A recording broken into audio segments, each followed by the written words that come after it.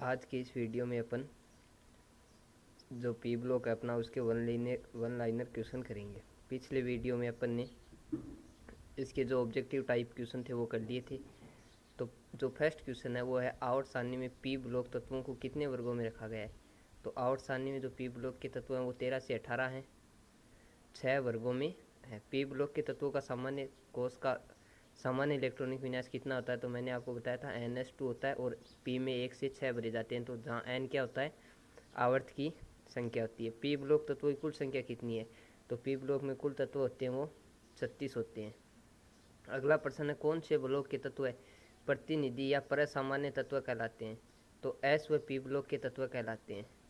उसके बाद पांचवा क्वेश्चन है 15वें वर्ग के तत्वों के नाम, तो मैंने बताया नाइट्रोजन, फास्फोरस, आर्सेनिक, एंटीमनी और बिस्मिथ। तो इसमें जो ऊपर वाले दो हैं नाइट्रोजन और फास्फोरस वो अधातु होते हैं। उसके बाद उसके नीचे दो उपधातु और सबसे नीचे होता है वो धातु होता है। तो 15वें वर्ग में अधात्विक कौन से हो गए, नाइट्रोजन और फास्फोरस। 15वें वर्ग में उपधात्विक तत्व कौन से हो गए, आर्सेनिक और एंटीमनी। नाइट्रोजन परिवार को तत्व क्या कहा जाता है, तो नाइट्रोजन परिवार के जो तत्व होते हैं उन्हें क्या कहते हैं, निकोजन कहते हैं। ठीक है। और 16वें वर्ग के तत्वों को क्या कहते हैं, केल्कोजन या चेल्कोजन कहते हैं। 17वें वर्ग को हेलोजन कहते हैं। इनको निकोजन क्यों कहा जाता है, क्योंकि दम घोटू गैस के कारण।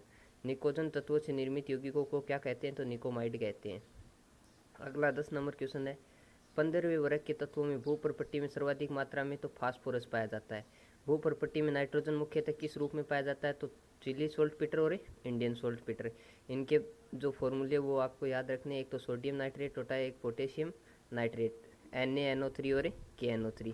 फास्फोरस युक्त खनिजों को क्या कहते हैं, तो ऑर्थोफॉस्फेट कहते हैं। एपेटाइट वर्ग के खनिजों का सामान्य सूत्र तो Ca10PO4 का होल 6x2। यहाँ पे अपने जो बुक है उसमें फ्लोरोएपेटाइट का फॉर्मूला है, तो X2 की जगह वहाँ पे क्या आ जाएगा, F2 आ जाएगा। बिस्मिथ का तत्व का इलेक्ट्रॉनिक विन्यास, तो इलेक्ट्रॉनिक विन्यास आपको सिखाई दिया था, Xc4f14। F में 14 इलेक्ट्रॉन भरे जाते हैं, D में 10 और S में 2 और P में 6 भरे जाते हैं, तो इसमें 3 बचेंगे, 3 भरे जाएंगे। 15वें वर्ग के कौन से तत्व अपरूपता प्रदर्शित नहीं करते, तो नाइट्रोजन और बिस्मिथ है वो अपरूपता प्रदर्शित नहीं करते हैं। फास्फोरस के अपरूप लिखिए, तो फास्फोरस की 3 अपरूप है, श्वेत फास्फोरस, लाल फास्फोरस और काला फास्फोरस।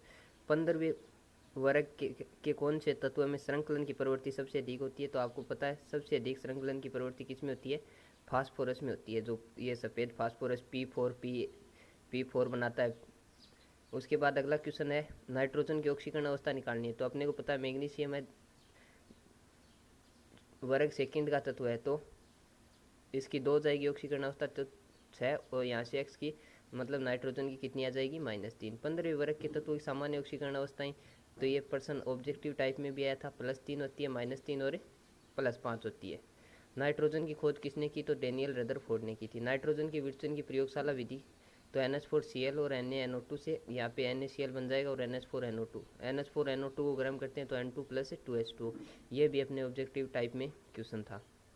कमरे के ताप पर नाइट्रोजन अलग अलग क्रियाशील है, क्यों, क्योंकि नाइट्रोजन के मध्य क्या पाया जाता है, त्रिबंध पाया जाता है, जिसके कारण इसको तोड़ने के लिए ऊर्जा की क्या होगी, बहुत ज़्यादा आवश्यकता होगी।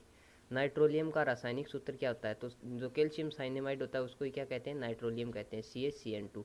उच्च ताप मापने के लिए प्रयुक्त होने वाले थर्मामीटर में कौन सी गैस प्रयुक्त होती है, तो उसमें कौन सी गैस प्रयुक्त होती है, नाइट्रोजन गैस प्रयुक्त होती है। क्रोमियम व एल्यूमिनियम सांद्र नाइट्रिक अम्ल में विलय नहीं होते, क्यों, तो ये आपको बताया था, ये क्या करते हैं, उसके ऊपर धातु ऑक्साइड की परत बना लेते हैं, जिसके कारण विलय नहीं होते हैं। HNO3 की संरचना आपको बताई दी थी, जो नाइट्रिक अम्ल होता है उधर NO2 की संरचना और उससे OH जुड़ जाएगा। जो भूरीवल्य परीक्षण द्वारा कौन से अम्लीय मूलक का परीक्षण देते हैं, तो नाइट्रेट आयन का। ये भूरीवल्य परीक्षण इंपॉर्टेंट है, इसको पढ़ लेना पूरा। फास्फोरस के कारखानों में काम करने वाले मजदूरों को कौन सा रोग हो जाता है, तो जो फोस्जी रोग होता है वो हो जाता है। सफ़ेद फास्फोरस कमरे में वायु के संपर्क में आने पर चमकता है, क्यों, क्योंकि ये ऑक्सीकृत होने लगता है, जिसके कारण ये चमकता है। सफ़ेद फास्फोरस को जल में क्यों रखा जाता है, क्योंकि ये ऑक्सीजन से विक्रिया करके क्या आग पकड़ लेता है और P4O10 के रूप में श्वेत धूमर बनाता है।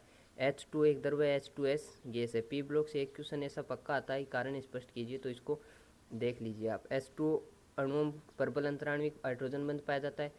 हाइड्रोजन बंध होता है वो फोन में पाया जाता है, मतलब फ्लोरीन, ऑक्सीजन और नाइट्रोजन हाइड्रोजन से जुड़ा हो तो वहाँ पे हाइड्रोजन बंद होगा और H2S में नहीं पाया जाता है। आपके लिए एक क्वेश्चन है कि दो विषैली गैस के नाम बताओ जो क्लोरीन से बनती है। आप कमेंट कीजिए और बताइए कौन कौन सी वो गैसें हैं।